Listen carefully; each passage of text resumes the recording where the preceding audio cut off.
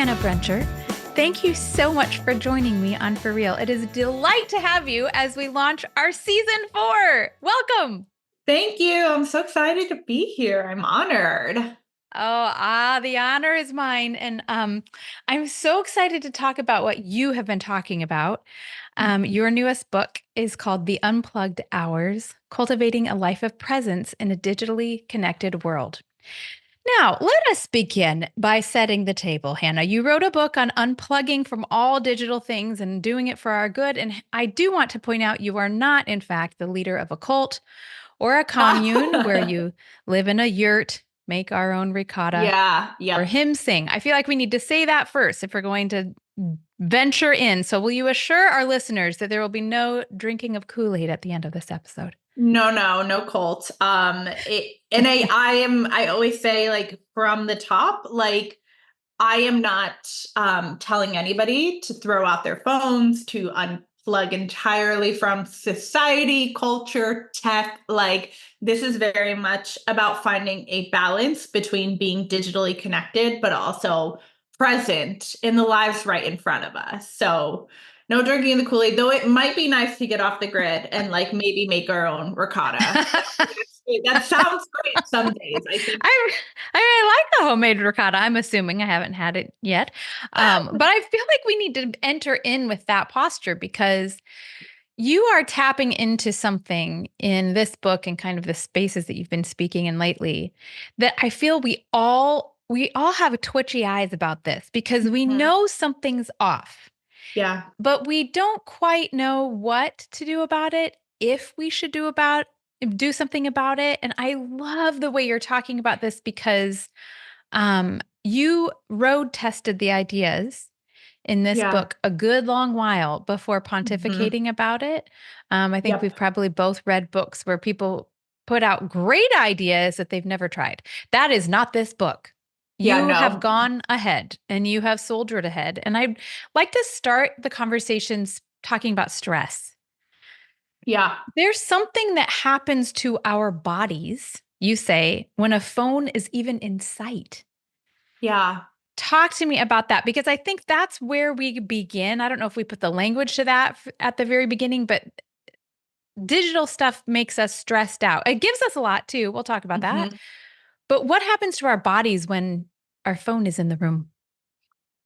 Yeah, so research has started to show that even just the mere presence of a phone in sight raises our cortisol levels, which cortisol levels are linked to stress and how our body deals with the stress. So you will see, especially in a lot of women, have higher cortisol levels, meaning higher stress levels. And what's crazy about that is that you could be, say, for instance, like doing all the right things in your health, but if your cortisol is out of whack, you are going to feel burnt out, exhausted, tired, and your body is going to be resistant to any kind of relaxation has to go through like the nervous system.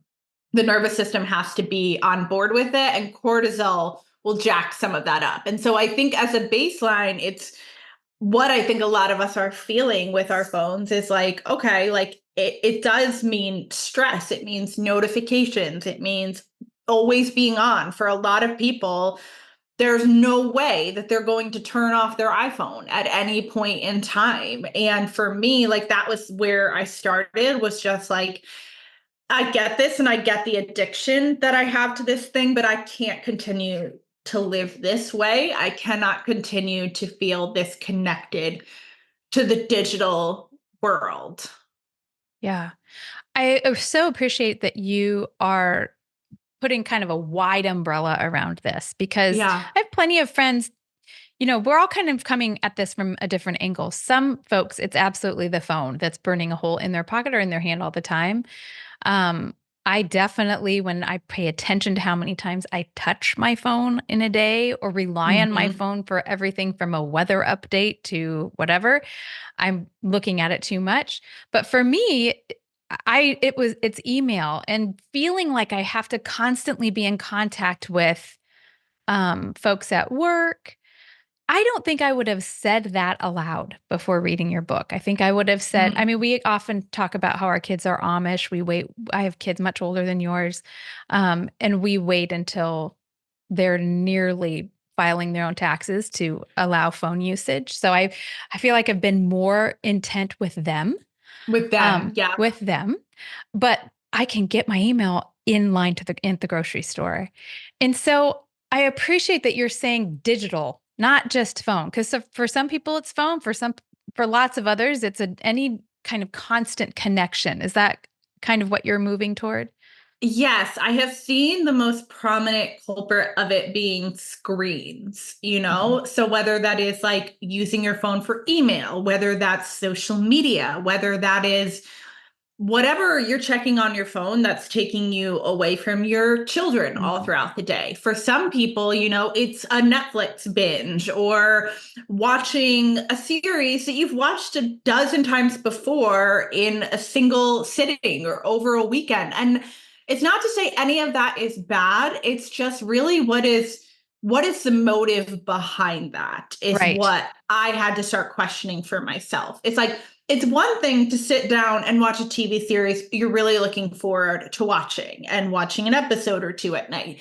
Another thing entirely just to be watching thing after thing after thing so that you numb out, so that you don't have to feel anything. The term that we're using for that is rotting. Like Mm. that's actually the term that's been used across social media. It's just rotting. And I'm like, that's that's horrible. That's not how we want to Yeah. live. And like I think the correlation, especially as like a mental health advocate, is that it's like we do some of these things because we do feel depressed, because we do feel anxious, but it's not helping us. It's actually making us feel more depressed and more anxious, and the cycle continues. Right. Yes, you talk about the numbing, Yeah. and the idea of avoiding discomfort. Yeah. I'll paraphrase here, putting together you and Brianna White. You say, if I'm not putting down the phone feeling inspired or relaxed, or the screen, right? If we're not putting down the screen feeling inspired or relaxed, I'm probably trying to avoid discomfort within myself. We can avoid feeling alone with ourselves, avoid feeling the uncomfortable stillness that's supposed to come with daily life when we're allowing our Yeah. knee jerk instead to involve screens. So, is is that the general thesis that we are it's this stuff is so accessible, right? If my grandma wanted to numb, I Mhm. don't know what she would do. I mean, my grandma was famous for saying after the dishes were done, she would sit down and watch the Minnesota Twins with my grandpa. She wouldn't even fold laundry in the evening. She had such a fixed, this is my decompress. This is the time when I'm going to just be with you, Yeah. which is so unusual. I mean, that sounds almost heretical to me. It's hard for me to watch a TV show without doing something. So is this just a Mm-hmm. widespread numbing and availability to do so? Yeah. So there's a lot there.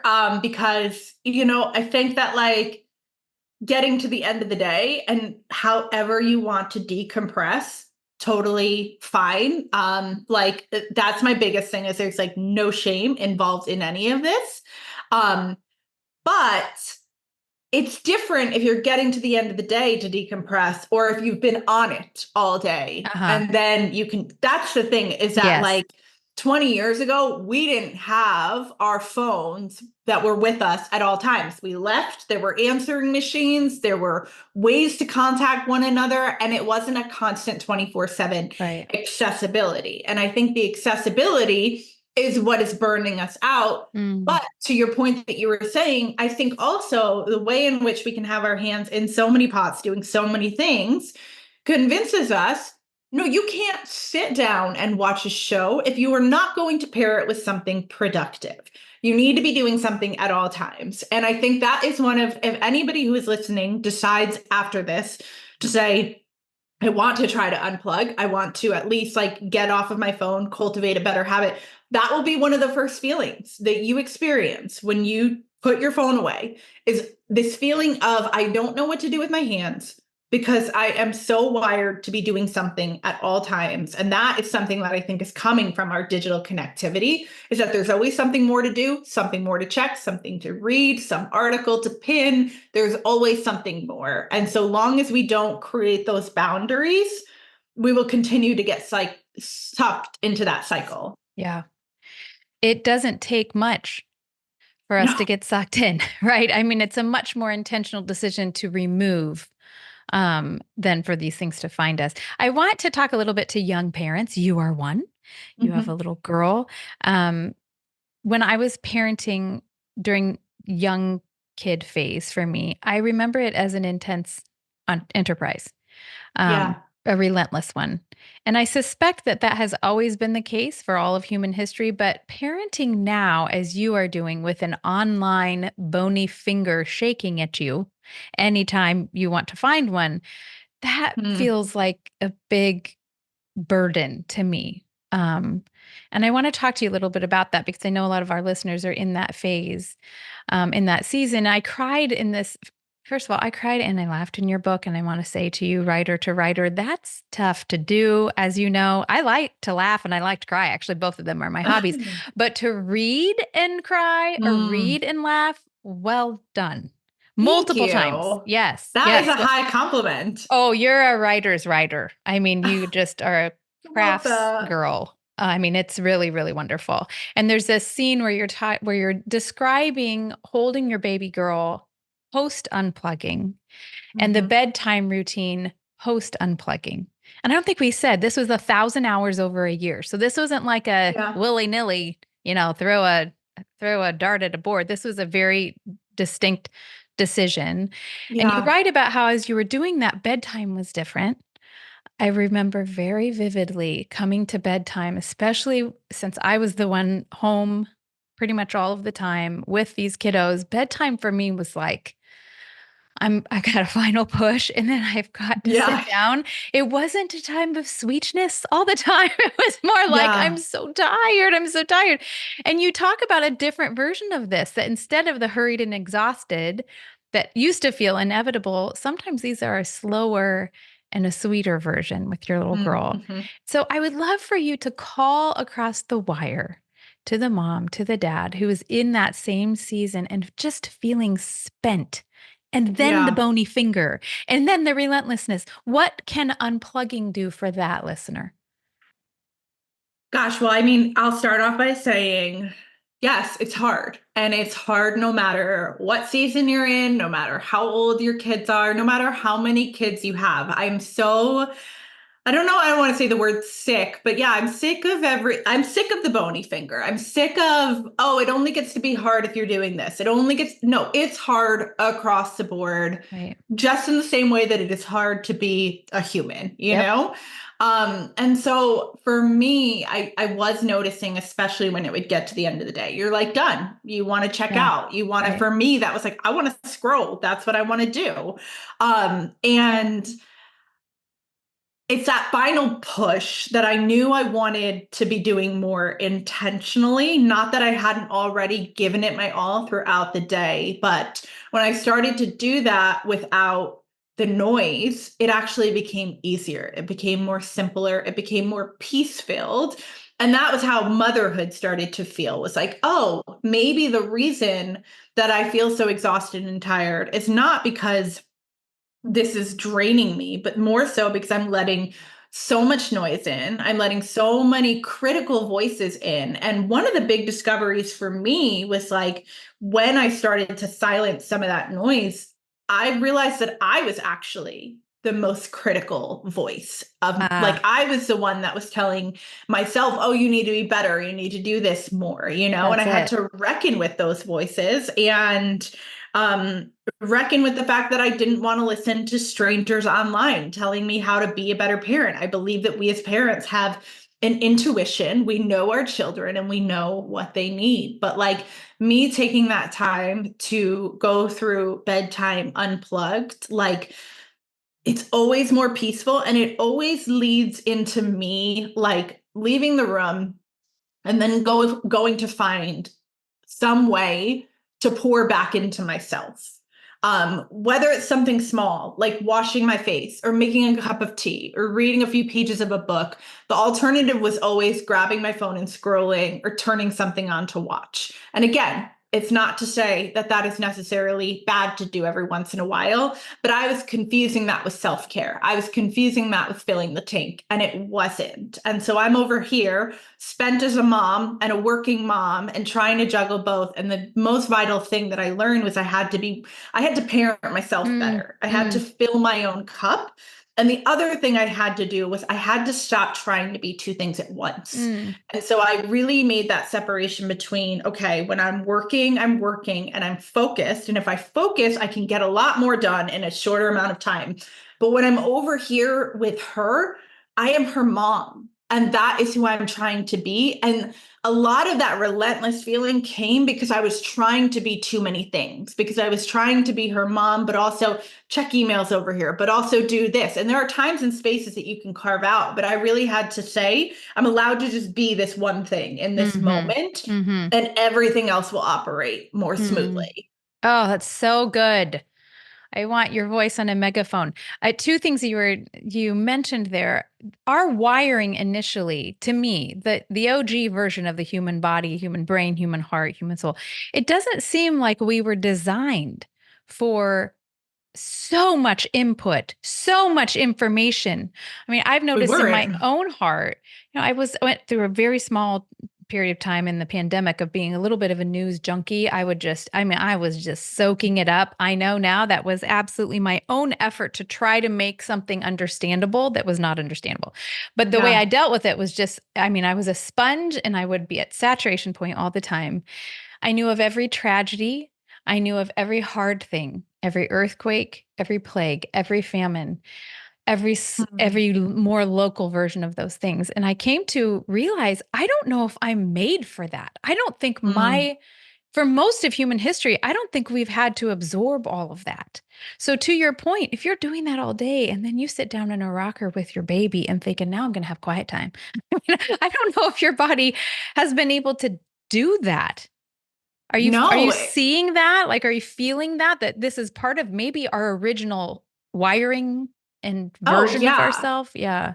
We were not designed to take in this kind of information from all angles, and like we were definitely not designed to take it in at such a highly visual level that we're taking it in Right. now. I Yeah. mean, there are studies that have come out that have said that like just watching videos of traumatic events, the secondhand Mm, trauma can often be worse mm. firsthand trauma, which Wow. that's problematic if we're just watching these videos from our living room in Atlanta, Georgia. It's like, no, you're actually bringing trauma into your body. Wow. And I think it's a really tough thing to talk about, especially like in the height of an election season, because the response will quickly be like, well, you can't afford not to care. And I'm like, oh, it doesn't mean that I don't care, but I pick my news sources wisely. I don't get my news from social media. I control when the information comes in and when it goes out. And I do that as a means of preserving my peace so that I can show up in the roles that I have been uniquely Mm, called to show up in. that's And it. I think that's what's happening is that whether you're taking in news, whether you're taking in videos, whether you're taking in memes, everything that goes in has to go somewhere. There's no way that it doesn't. And so that means that it's within us somewhere, and it's also coming out of us in some form or fashion. And the way that I've seen that happen is through emotions, whether those emotions are exhaustion or jealousy or anger or whatever it may be. Like I have found from unplugging, oh, there's the more peaceful version of myself. There's the joyous person of myself. There's the person that's not frustrated with my daughter. Like, I genuinely enjoy her because I have stopped overstimulating myself. Like, we can see it in little kids, right? When they get super overstimulated, and you're like, oh my gosh, they need a nap. They need Right. like a good meal. They need some sunshine, some nature. But to your point earlier, we're the adults. We need those things too. And Right. we're like, so overstimulated and yet so tired that we're just giving ourselves the screen for an easy dopamine hit, but it's not satisfying. It's not filling. You have so many beautiful rhythms and kind of twists or kind of shifts in your book, then I highly recommend that listeners pick up a copy or 10 of this. I'm serious. It was one of those books when I was reading, I thought, oh, I'm so happy. I'm so happy Oh. that what the publicist said is true. This is a great book. It's really such a great book. I want to kind of lean into that rhythm and switch or twist. What do you call them? Shift. Shit. Um, because you mentioned a few minutes ago the idea of self care. The idea of self care to me, and I don't know if it's because I'm Midwestern and difficult, uh, but that term has been thrown around ad nauseum. And Mm-hmm. I know it comes probably from a good place of like we know we're going too hard, too fast, too long. We're not doing this quite right, and so maybe we need a bubble bath. And I understand that, and actually really love bubble baths. But I would love for you to put kind of fresh or different language on this because your version of self care, like what you said, we lump all of that the same in the same bucket. So self care is binge watching a Netflix show, or self care is just, doom scrolling for 25 minutes, or for people who aren't into that, it's something else that's really more a numbing, as you were saying before. Mm-hmm. What have you learned about, because we're talking about that a little bit at the beginning of this season, what is actually caring for ourselves? And how is it Yeah. different because of the unplug? Well, I think because self care has become so popularized by the media, and we think of it as one thing. We think of self care as a facial, we think of it as a bubble bath at the end of the day. We think about face masks and Chocolate. there's a yeah, face masks and chocolate I mean, and these are all Netflix. good things, okay? I'm not going to say no to any of them. Absolutely. Like, and that's where I think though it goes deeper. I Yeah, think that like for me, it's like, okay, self-care is checking in with myself and asking myself, what do you really need at this moment? Not what do you want, because what I want probably is to sit on the couch with some Jennies and watch a show. And again, once a week, great, do it, enjoy life. But is that what's going to fill my tank back up on the regular? A lot of times, self care to me looks like I check in and I'm like, I don't really want to move my body, but I kind of need to. And I'm going to feel better if I do it. Or I don't really want to drink water right now, but I think I need a big old glass of water. It looks like, like not going, like a big one for me is like not going to bed scrolling on my phone. That's right. not self-care to me. No. I'm not taking care of myself. It's more so, what about reading a book? What about opening your Bible and doing a few minutes of prayer? And so it's different for each person, but I think it's being willing to clear out the noise enough to hear that still small voice within you that knows what it knows, and it knows how it wants to be cared for. And that doesn't mean it doesn't come with discomfort. That doesn't mean that you will make a promise to yourself that you are going to break later. Like I think we've all done that. Like we're like in the middle of the afternoon, like, you know what, tonight I'm going to sit with a book and it's going to be great. And I'm not going to be on my phone. And you get to the end of the day and you're like, I'm tired. That can wait for the next day. But the thing that I like to challenge people with is like, in essence, like the bigger issue with that is like you are breaking a promise to yourself and you are telling your brain that you're not reliable, which is its own damaging thing. And so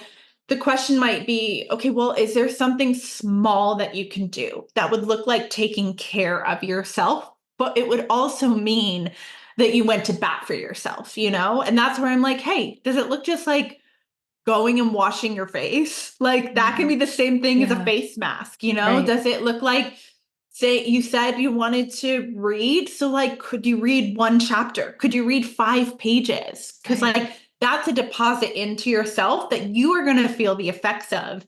And enough of that stacking up, you're not going to have to convince yourself anymore that those are the things you're going to want to do, because you're Right. going to feel it within you. Like, oh, I feel better when I do this. And so I'm going to invest in myself. Right. Totally different version, I think, of maybe the more shallow, let's do something that will feel good for 5 minutes, but maybe isn't actually what we need. What I hear you saying is that we have maybe atrophied the muscle of paying attention.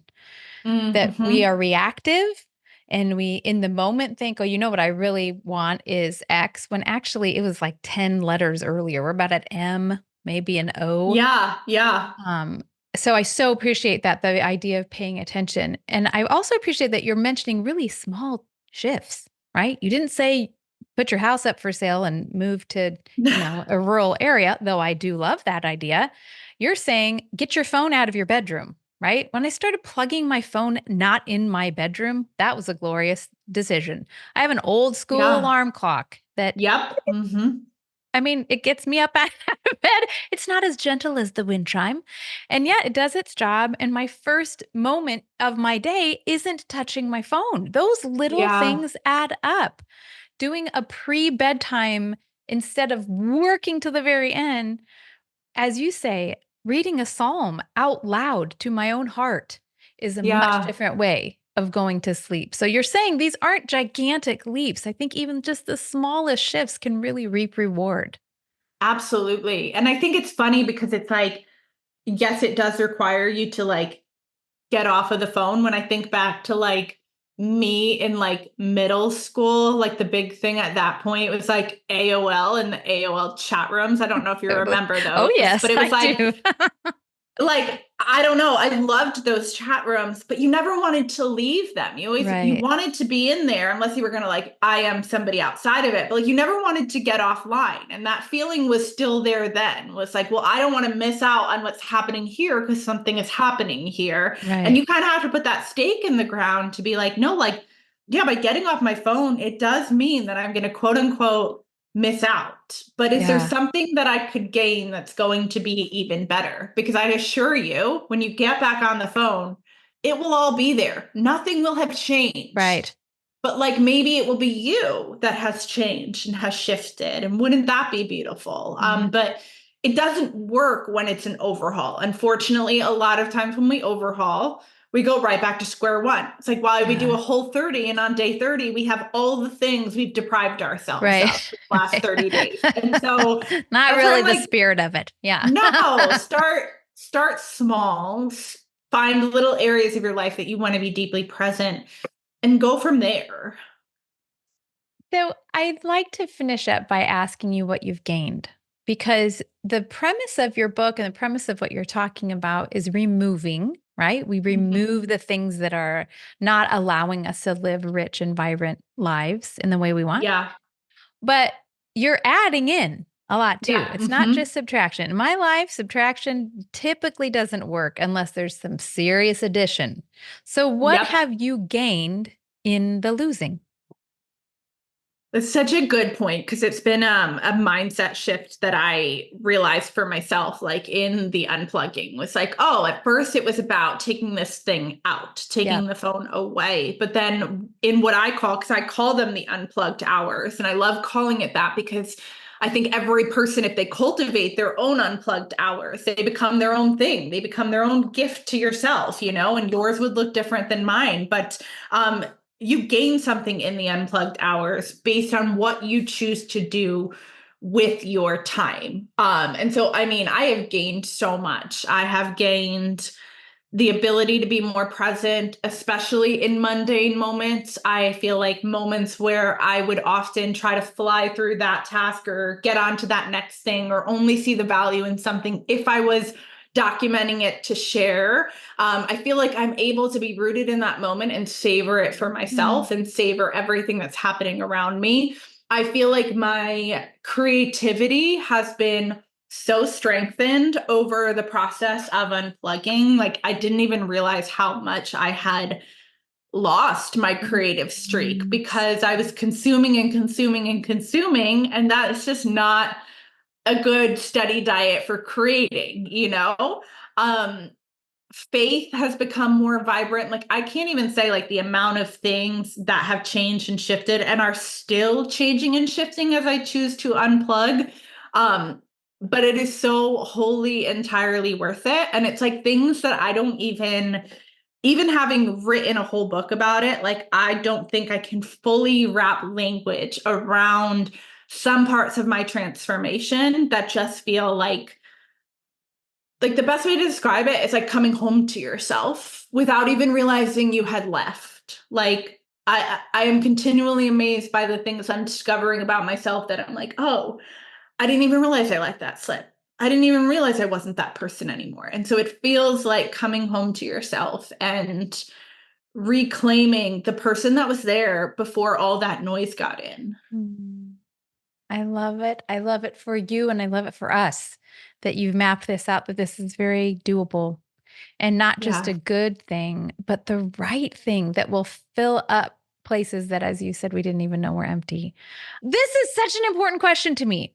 Okay. So, this book hits me after a fairly intense work season, right? So I Mhm. had a new book that came out in the spring. It was a long on ramp, as you very well know, of Yep. increasing my connections online and being on social media and emailing people, and email that felt more like a fire hose than like a babbling brook, and podcasts. Our podcast right this second is distributed completely online, promoted exclusively online. So many people listening have work that is inextricably tied to digital spaces. Yeah. Will you, book release lady, even in this very moment, right? You are promoting a Mhm. book. I would love to hear how you are making sense of all of that in the unplugging of the That's a unplugging. that is a great that is a great question to ask because I am like, man, I am so ready to just Yeah, you unplug, are. you know? Yeah. Mhm. And I will say, it has taught me, especially because like life is life operates in seasons, we operate in seasons. And so the first thing to be like, there are going to be busier seasons. There's going to be seasons where you have to push and seasons where you step back. There are seasons where you plant and seasons where you harvest. And then Yeah. there's also seasons, I just learned this the other day, where farmers just don't do anything with the soil. They don't Yep. plant anything. They just let it rest so that it can come back stronger. And so it's that reminder to yourself of like some things are just seasons. There is also, though, the never shut off, never unplug, always something to push for mentality that I do think the digital connectivity spurs on. That was something that I noticed in myself as I started to unplug, was that it wasn't necessarily that I couldn't take breaks. It was that I had told myself a story over many years that I always had to be on, that I always had to be producing, that there was always something more that I could do with my time. And that is a very slow deprogramming, but it's worth it because checking in at all hours of the day wasn't working for me. And so I think it's important to be clear with yourself about the things and the areas of your life that you want to be deeply present for, whether that is sitting down a couple times a week at the dinner table with your family, whether that is when you wake up in the morning and you're checking in with yourself. You have the opportunity to grab your phone and be checking email and text and all of those things first. But the second you do that, you are allowing the fingerprints of somebody else to get onto your day. Mhm. Whether that is unwinding at the end of the night, like of, do I really want to be sending these emails at 10 o'clock at night? And again, there will be times when that does happen, but like you're setting the boundaries for yourself and it doesn't have to look like an overhaul or an all or nothing, but Yeah. could you power down a little bit earlier? Could you set a boundary on your phone to say, okay, like no emails past 6 p.m.? Like, Mhm. what does that look like for you and how might you have to tweak it in different seasons? But um, I think that a lot of those excuses are actually hardwired within us, that we are the ones that don't want to power down because we are afraid of not feeling like we have worth or we have something to check in. Mhm. Perfect. Thank you for weighing in because I know you are in it. Yes. I have one final question for you, Hannah, that I ask all of our guests, and it is a question about reading. I'm always curious to hear what folks are reading on their own. And my notes, I always write, this is the book nerd question. I hope that's a compliment to Uh-huh. you. It's a compliment to Yeah. me. So if you could choose a book that you recommend over and over, it doesn't need to have anything to do with your area of study or research right now. It could just be something that you return to over and over. And then maybe if there's a title that you're looking forward to reading. So backlist and coming up. Hmm. That's a good question. Um, Okay, it's not this one isn't directly tied to unplugging, though I do know it makes an appearance in the book, but it's still going to be my go-to recommendation for everything. The Practice of the Presence of God by Brother Mhm. Lawrence. It is a very small book. I think it's about 60 pages. You can read it in literally one sitting. It will like radically change your life. I read it every 6 months because it's just so impactful and like such a reminder to me of what actually matters. And so Awesome. I just recommend it to everybody. Fantastic. Um, and then a book that I'm looking forward to reading, I'm looking forward to we just bought a copy of Demon Copperhead Oh, by yes. Barbara Mhm. Kingsolver. And I'm really looking forward to digging into that one because it won a Pulitzer Prize and I think it's going to be amazing. And yeah. Very exciting. I listened to my best friend read that over the summer, but she listened to and recommended, I obeyed her, listening to the audio of David Copperfield beforehand because it's I was wondering about that. Yeah. yes, I think, well, I haven't read the Kingsolver version yet, but Copperfield is now fresh in my mind. And Okay. she said that really enriched the reading of Demon Copperhead. So I don't know, you could try it. Okay. Um, Yeah. I was wondering. It's on the back of the book. They mentioned David Copperfield. And so I Right. was like, huh. I think that's the scaffolding for the book, but I sure did Yeah. not read that in high school because I was busy with my frosted lip gloss. And so I had to read it this time around. Hannah, thank you so much for joining me today. It's been a joy to talk with you. And thank you for your book and your work and what you are saying about how we can really enrich some spaces that have become empty and maybe a little parched. Thank Yeah. you for doing that. Just so thrilled. Absolutely. Thank you.